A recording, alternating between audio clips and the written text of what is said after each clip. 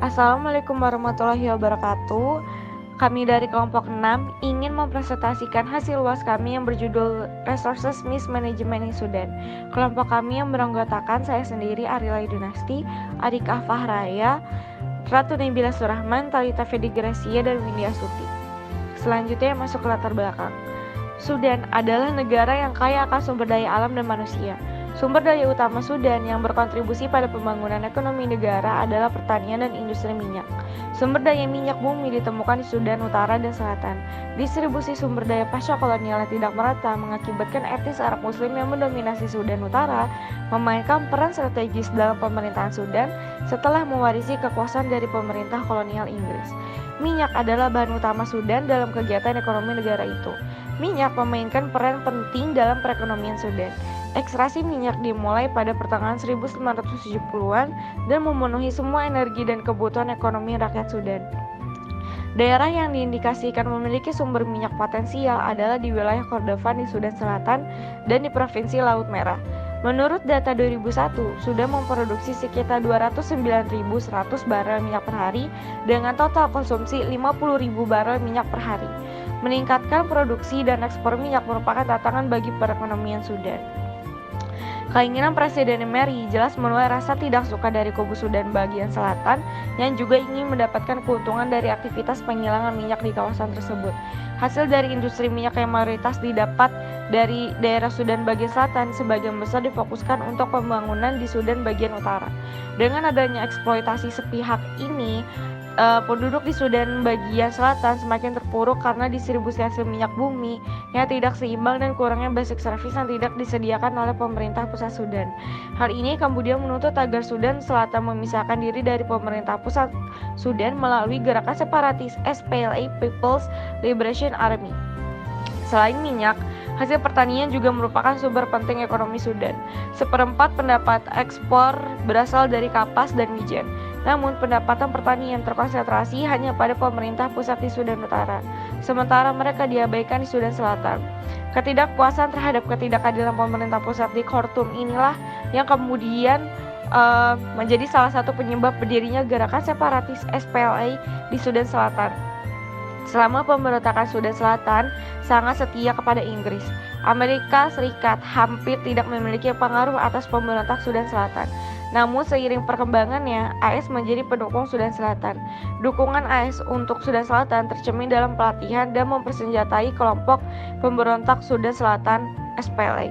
Pada Juli 2002, pemerintah dan SPLA mencapai kesepakatan tentang negara bagian dan kekuatan agama di Sudan Selatan serta hak untuk menentukan nasibnya sendiri.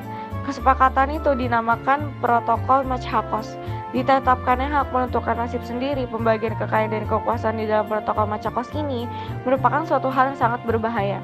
Karena dengan diakuinya itu akan terbuka pintu bagi provinsi dan daerah-daerah lainnya untuk menuntutkan hal yang sama. Dan dalam hal ini, pihak yang memprovokasi Sudan Selatan atau terutama John Garang, yaitu AS, juga memprovokasi provinsi dan daerah lainnya untuk menuntut hal yang sama. Hal itu disyaratkan pada perkembangannya masalah yang disebut masalah daerah-daerah marginal itu Nuba Mountain, Selatan Nil Biru, Sudan Timur, dan Darfur. Dan terbukti kemudian meletus konflik Darfur yang diantaranya tuntutan adalah tuntutan untuk mendapat perlakuan yang sama dengan Sudan Selatan. Namun karena pengaruh dari luar, khususnya Amerika Serikat dan Inggris, bagaimana diuraikan di atas, muncul benih-benih konflik terutama mengenai pengelolaan sumber daya alam. 1 juta orang selatan menginginkan kendali penuh atas sumber daya alam di sana. Selain diwarnai oleh motif faksi lainnya, sejak itulah pecah konflik berdarah dan berkepanjangan, yang sampai kini sudah berjalan 21 tahun. Ada 2 motif utama, yaitu pertama, mereka ingin memanfaatkan sumber daya alam Sudan, dan kedua, untuk melemahkan posisi Sudan sebagai salah satu negara di Afrika yang menganut syariat Islam yang luas dan jumlah penduduk yang banyak. Dikhawatirkan Sudan bisa menjelma menjadi negara yang kuat dan bisa melindungi negara-negara Arab lainnya. Hal ini untuk menjamin dominasi terhadap kekayaan alam sekaligus mengikis pengaruh Islam di sana. Apabila kekayaan alam mampu dikelola dengan baik dan dikuasai penuh oleh umat Islam, tentu akan menjadi modal penting bagi tumbuhnya kekuatan Sudan sehingga berpotensi mengancam kepentingan mereka di kawasan. Gerakan Sudan People Liberation Movement dan Sudan People Liberation Army dipimpin oleh seorang tokoh bernama John Garang. Dan John Garang dengan Ali Osman Taha yang merupakan wakil presiden pertama di Sudan melakukan negosiasi untuk mencapai suatu kesepakatan dari bulan Mei 2002 hingga bulan Desember 2004. Aksi kerjasama ini dilakukan di Naivasa, Kenya. Pada tanggal 9 Januari 2005, akhirnya muncullah kesepakatan yang berupa Comprehensive Peace Agreement yang diratifikasi oleh kedua belah pihak, yaitu Sudan dan Sudan Selatan. Pada Juli 2005, John Garang meninggal dunia yang disebabkan oleh kecelakaan helikopter. Beliau kemudian digantikan oleh Salva Kiir. Kiir menggantikan Garang sebagai presiden di Republik Sudan Selatan. Setelah Sudan Selatan berhasil merdeka, tensi di antara Sudan dan Sudan Selatan kian memanas, sebab Sudan tidak suka dengan adanya ladang minyak di wilayah selatan. Di konflik Sudan dimulai pada tahun 1989 dan terus menjadi masalah yang kompleks, memaksa terpecahnya Sudan menjadi dua bagian, Sudan Selatan dan Sudan Utara pada tahun 2011. Salah satu konflik yang terjadi di Sudan adalah konflik Darfur. Provinsi Darfur yang berpenduduk mayoritas Muslim telah menjadi penguasa wilayah tersebut dan menimbulkan kecemburuan di kalangan kelompok Afrika di Darfur. Masuknya Kesultanan Darfur ke dalam pemerintahan Anglo-Mesir menciptakan ketimpangan di bidang kesejahteraan sosial ekonomi, terutama ketika Darfur pertama menjadi salah satu pusat administrasi Sudan pada tahun 1965 dan melahirkan gerakan separatis yang dikenal dengan Front Pembebasan Darfur. Front Pembebasan Darfur secara teratur melancarkan serangan terhadap pos-pos militer dan menghancurkan infrastruktur publik.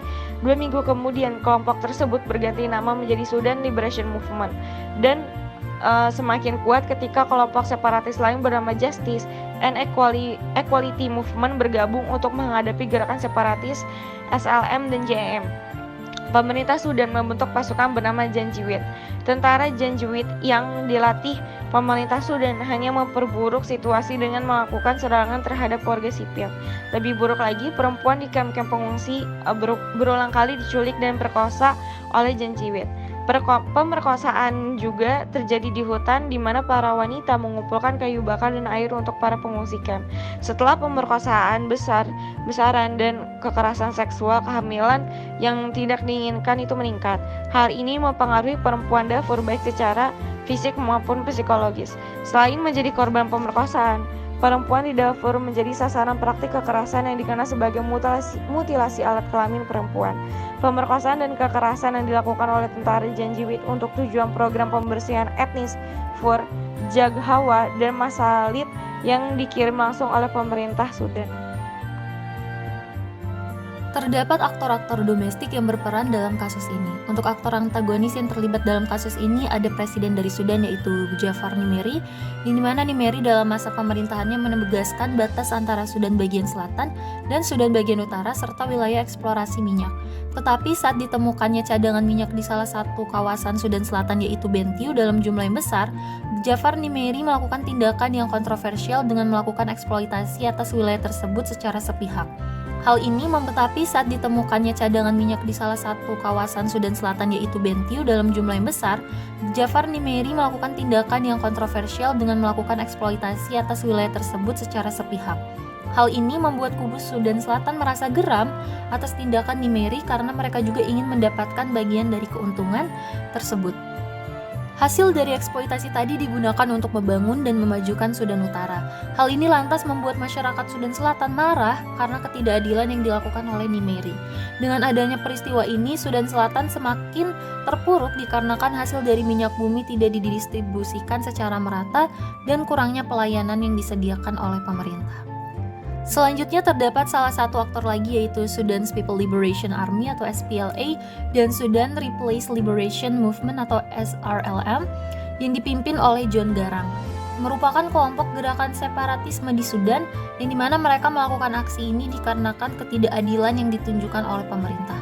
Aksi ini tentunya menjadi ancaman bagi integrasi di Sudan, oleh karena itu kelompok ini dapat dikatakan sebagai kelompok antagonis. Lalu pemerintah sendiri dapat dilihat sebagai aktor protagonis dalam situasi ini. Terlepas dari ketidakadilan yang ada, pemerintah pada akhirnya dapat menyediakan sebuah resolusi bagi kelompok separatis untuk menentukan nasibnya sendiri yang disusun dalam protokol Machakos. Selanjutnya adalah aktor internasional, yang di sini kita membagi dua menjadi antagonis dan protagonis. Yang pertama adalah Cina. Di sini, Cina kami kategorikan sebagai aktor yang antagonis karena Cina merupakan salah satu negara kuat di dunia yang memiliki keinginan untuk mengatasi konflik minyak bumi yang terjadi. Namun, seiring berjalannya waktu, alasan Cina ingin mengatasi konflik tersebut terungkap. Faktor terbesar yang menjadi alasan mengapa Cina ingin membantu mengatasi konflik adalah karena adanya kebutuhan ekonomi dibanding menerapkan prinsip ideologi. Alasan selanjutnya adalah karena adanya kepentingan geoekonomi Cina, jauh sebelum Cina berkeinginan untuk mengatasi konflik di Sudan. Cina itu sudah memiliki keinginan untuk menguasai atau mengambil peran di kawasan MENA. Cina telah menjadikan keamanan aset industri minyak sebagai prioritas utama dalam upayanya menyelesaikan sengketa di Sudan Selatan. Dalam hal ini, Cina dapat dikategorikan sebagai aktor internasional yang antagonis karena lebih memikirkan keuntungannya saja. Selanjutnya adalah Amerika Serikat sebagai aktor protagonis. Kehadiran Amerika di Sudan Selatan mencerminkan upayanya untuk memajukan kepentingan nasionalnya. Sudan Selatan cenderung mengejar kepentingan nyata, bukan hanya politik kemanusiaan. Kepentingan utama Amerika Serikat di Sudan Selatan dalam analisis ini menyangkut pengembangan kepentingan strategis. Hal ini terlihat dan dapat ditarik dalam kepentingan nasional Amerika Serikat sendiri. Salah satunya adalah dengan memberikan bantuan kemanusiaan. Pada akhirnya, bantuan kemanusiaan yang diberikan oleh Amerika Serikat secara strategis penting mengatakan tidak ada yang namanya makan siang gratis, atau ini istilah Amerika Serikat yang berjudul "There's no such things as a free lunch". Frasa ini menjelaskan bahwa pada dasarnya tidak ada yang gratis dan ada yang harus dibayar semuanya.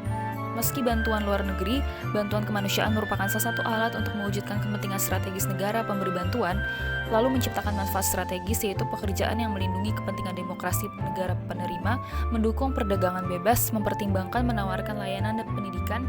Hal ini terkait dengan isu kekerasan berbasis gender, dapat dikatakan bahwa Amerika Serikat termasuk ke dalam aktor protagonis yang walaupun di balik kebijakan dan kebaikan yang diberikan kepada masyarakat Sudan itu adalah hal yang diperlukan Amerika juga. Selanjutnya adalah Inggris dan Norwegia sebagai aktor protagonis juga. Inggris merupakan salah satu negara kolonial yang menjajah beberapa negara-negara di dunia, salah satunya adalah Sudan. Inggris juga memiliki pengaruh yang kuat bagi Sudan. Dalam kasus Sudan ini, Inggris lebih memfokuskan kepada pertahanan militer di Sudan. Inggris tidak sendiri, melainkan Inggris bersama dengan Norwegia memanfaatkan pertahanan militer Sudan melalui Sudan People's Liberation Movement atau SPLM, yang dimana Inggris sangat menjaga dan Inggris mengecam tindakan yang dilakukan oleh South Sudan Defense Forces atau SSDF karena pasukan ini menyerang pangkalan militer SPLA in opposition yang ada di kawasan hulu Sungai Nil. Dapat dikatakan bahwa Inggris dan Norwegia termasuk ke dalam aktor protagonis. Peristiwa ini tentunya memberikan dampak dalam beberapa dimensi kehidupan, diantaranya dimensi politik. Dalam dimensi politik, dengan keserakahan Nimeri yang melakukan eksploitasi terhadap sumber daya alam, dapat kita lihat bahwa langkah yang diambil merupakan suatu tindakan yang ceroboh. Nimeri hanya fokus dalam meraup keuntungan tetapi melupakan strategi yang seharusnya dilakukan dalam mengelola sumber daya alam. Ketidakmerataan distribusi hasil pengelolaan SDA juga memicu tensi politik sehingga muncul Sudan People Liberation Army. Selanjutnya di dimensi ekonomi, kegiatan ekspor sumber daya minyak di Sudan sangat membantu perekonomian negara. Hal ini dikarenakan ekspor besar-besaran yang dilakukan oleh pemerintah. Ekspor minyak ini sudah membantu menyumbang sebanyak 60% dari pendapatan pemerintah Sudan dan juga 95% dalam sektor ekspor. Tidak hanya itu saja, tetapi juga turut berkontribusi dalam pendapatan Sudan bagian selatan sebanyak 98%. Sudan telah berusaha agar dapat menjaga stabilitas makroekonominya melalui bisnis minyak ini, meningkatkan pembangunan dan mengurangi angka kemiskinan. Sebanyak 70% minyak berasal dari Sudan bagian selatan, tetapi minyak yang berasal dari wilayah selatan dan wilayah Abyei, Kordofan Selatan, dan Blue Nile dipompa ke arah utara menuju dua terminal ekspor Sudan di Port Sudan. Tugas untuk membatasi wilayah Abyei akan menjadi salah satu masalah yang masif. Wilayah ini mengandung 15% cadangan minyak Sudan yang membuat wilayah ini sangat penting untuk kepentingan ekonomi nasional. Keputusan oleh Pengadilan Arbitrase Permanen di Den Haag untuk mengecilkan batas-batas wilayah meninggalkan Heglig, salah satu ladang minyak terbesar di utara, dapat membantu mengurangi pukulan ekonomi untuk utara jika selatan memisahkan diri. Produksi dari lapangan Heglig yang sudah memuncak menyumbang 37% dari pendapatan minyak Sudan. Selanjutnya adalah dimensi sosial yang dimana seperti yang kita ketahui bahwa Sudan merupakan negara multikulturalisme yang terdapat banyak masyarakat dengan etnis, suku, budaya, dan juga agama yang berbeda. Di Sudan bagian utara sendiri merupakan wilayah yang masyarakatnya sebagian besar merupakan muslim dan di bagian selatan didominasi oleh masyarakat yang menganut kepercayaan Nasrani, sehingga tidak ada suatu etnis yang dominan. Tetapi adanya pengaruh dari luar menyebabkan munculnya percikan konflik yang dimana munculnya keinginan 1 juta masyarakat Sudan bagian selatan untuk menguasai sumber daya alam secara penuh. Sudan bagian selatan pun akhirnya menentang pemerintah Sudan bagian utara dan membentuk kelompok separatisme yang ditujukan sebagai aksi pemberontakan agar dapat memerdekakan wilayahnya. Oleh karena itu, dengan adanya hal ini muncullah konflik yang telah berlangsung selama 21 tahun. Lalu dalam dimensi budaya, hal-hal yang menjadi pendorong aksi gerakan tersebut juga tidak hanya karena ketidakadilan dalam pemerataan dan pembangunan ekonomi saja, tetapi dipicu juga dengan permasalahan budaya. Sudan's People Liberation Army atau SPLA muncul dikarenakan adanya ketidakadilan dalam penerapan hukum dan kebijakan. Hal ini dilatar belakangi dengan adanya perbedaan ras dan adat istiadat, sehingga pemerintah pusat Sudan cenderung melakukan aksi yang diskriminatif dan rasis. Oleh karena itu muncullah rasa semangat daerah yang kuat sehingga memotivasi Sudan bagian selatan untuk melakukan hal ini. Selain itu, dengan adanya suku Arab Muslim di Sudan maupun di negara lain, cenderung membuat suku atau etnis lain menjadi merasa terabaikan dan mendapat perlakuan diskriminatif. Hal inilah yang membuat Sudan bagian selatan melakukan aksi separatisme dan ingin memerdekakan diri. Yang pertama, ada aktor utama, yaitu Ghafar Nimeiri. Nimeiri ini dalam menjalankan masa pemerintahannya pernah menegaskan bahwa batas antara Sudan bagian selatan dengan Sudan bagian utara serta wilayah eksplorasi minyak. Saat ditemukan cadangan minyak di salah satu di kawasan Sudan Selatan dengan jumlah yang besar, Nimeiri melakukan tindakan dengan melakukan eksploitasi atas wilayah tersebut secara sepihak. Selain itu, Nimeiri juga berniat untuk menjalankan peraturan yang berdasarkan pada hukum Islam atau syariah sebagai peraturan nasional untuk seluruh wilayah di Sudan, dan Nimeiri juga pernah mengabaikan suatu perjanjian Addis Ababa. Yang kedua, aktor pendukung, yaitu ada Amerika Serikat. Walaupun Amerika ini dikatakan tidak memiliki pengaruh terhadap kelompok pemberontak di Sudan Selatan, tetapi sejalan dengan perkembangannya, Amerika menjadi pendukung Sudan Selatan. Amerika ini melatih dan mempersenjatai pemberontak Sudan Selatan, yaitu SPLA. Sekitar lebih dari 20 miliar dolar peralatan militer telah dikirimkan Amerika kepada pemberontak SPLA tersebut. Tidak hanya itu, saat ini Amerika tengah menjalankan imperialismenya di negeri-negeri muslim melalui 2 cara. Yang pertama melalui intervensi militer seperti yang sedang diperlihatkan di Irak dan Afghanistan oleh Amerika. Cara yang kedua yaitu intervensi non-militer yang berbentuk politik dan ekonomi. Yang terakhir, ada pun aktor lain yang terlibat dalam kasus ini, yaitu seperti pemerintah pusat itu sendiri. Pemerintah pusat Sudan tidak memiliki perhatian untuk wilayah sendiri, yang mengakibatkan pembangunan ekonomi di wilayah Sudan bagian selatan itu tidak baik. Penerapan hukumnya yang tidak adil, serta adanya campur tangan dari pihak asing dalam terjadi konflik sipil di Sudan ini yang kemudian memicu timbulnya gerakan separatis di Sudan bagian selatan.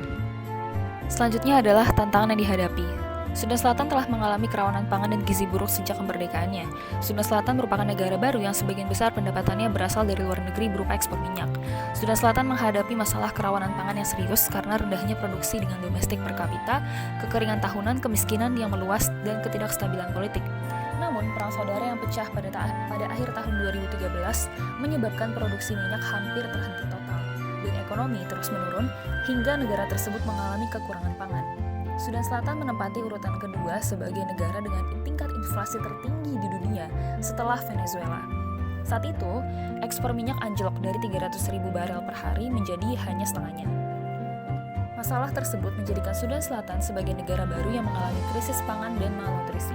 Dampak lain yang terjadi adalah banyaknya wabah penyakit akibat kondisi lingkungan yang kurang baik.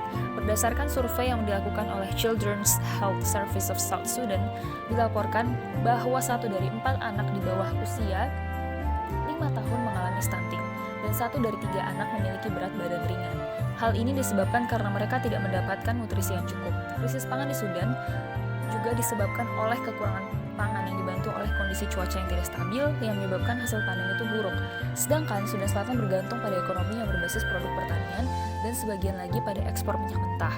Namun pada 2017, Dewan PBB menyatakan puncak krisis pangan terburuk ada di tahun itu. Bahkan diperkirakan jumlah orang kelaparan akan terus meningkat setiap tahunnya. Berikutnya, tantangan yang terjadi adalah konflik sipil karena berdirinya sebuah gerakan Sudan People's Liberation Movement atau SPLM, di mana presiden dan wakil presiden Sudan sebagai anggota, namun ada persaingan politik di antara keduanya.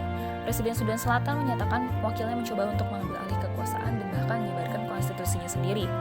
Konflik politik antara Salva Kiir dan Riek Machar menyebabkan pemecatan Machar sebagai wakil presiden Sudan Selatan, yang menyebabkan pecahnya kekerasan antara penjaga dari dua kelompok etnis terbesar di negara itu.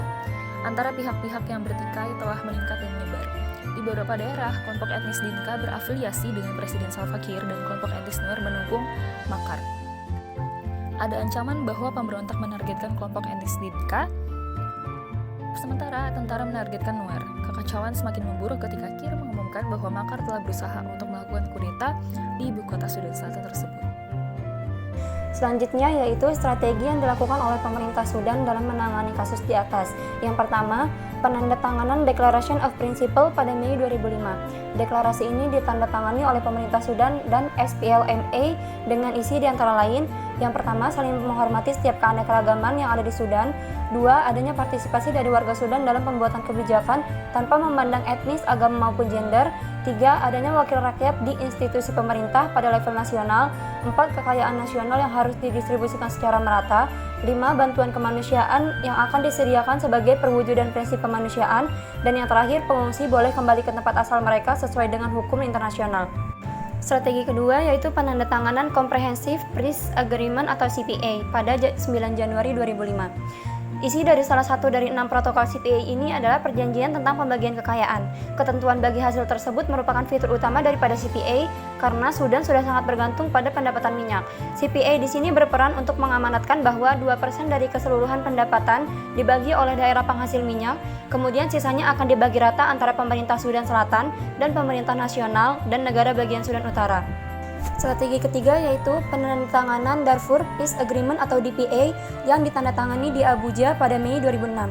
Perjanjian damai ini hanya ditandatangani oleh pemerintah Sudan dan SPLMA fraksi Mini Arkau Minawi, SPLMA fraksi Abdul Wahid Muhammad Nur, dan JEM menolak untuk menandatangani perjanjian ini.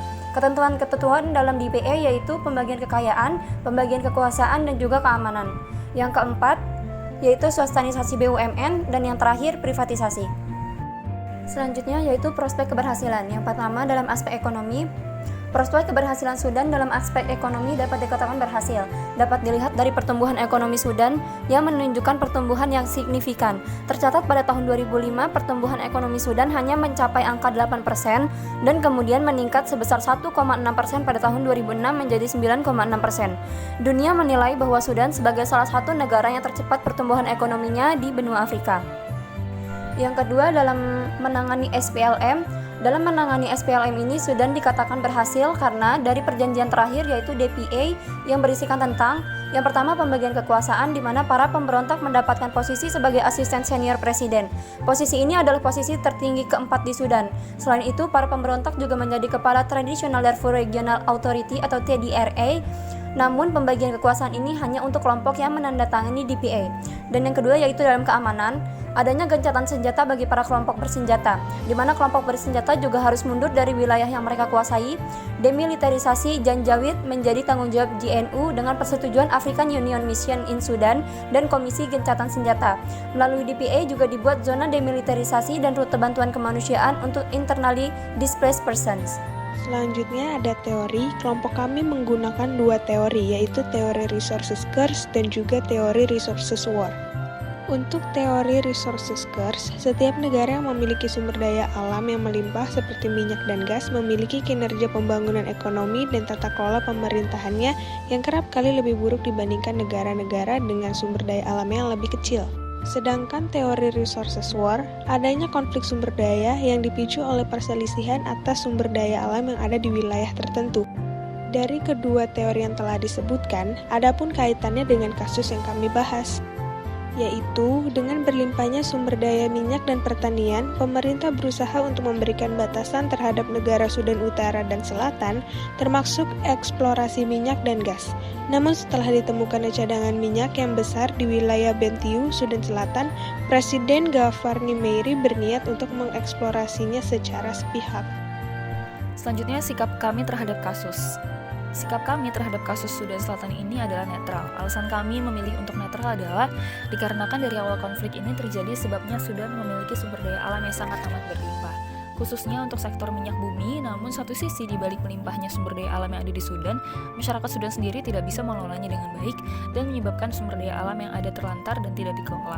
Lalu, karena melihat hal ini, Presiden Gafar Nimeiri yang notabene-nya tergolong ke orang yang berpendidikan dibanding rakyatnya, melihat dan menyadari bahwa adanya peluang untuk memperkaya dirinya dan kelompok-kelompok tertentu. Sehingga Presiden Gafar Nimeiri berniat untuk mengeksploitasi secara sepihak dan akan merugikan masyarakat Sudan dan juga menyusahkan karena ketidakadilan yang terjadi. Namun setelah rakyat Sudan mengetahui hal ini, rakyat Sudan mulai tersadar dan akhirnya memilih untuk mengambil tindakan separatis.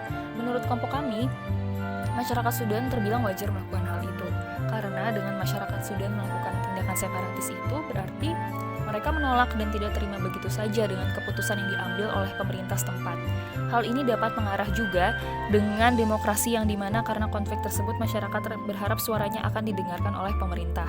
Jadi, kelompok kami memilih netral karena semua hal yang terjadi dalam konflik Sudan itu dapat dikategorikan ke dalam hubungan kausalitas yang mana ada sebab dan akibat.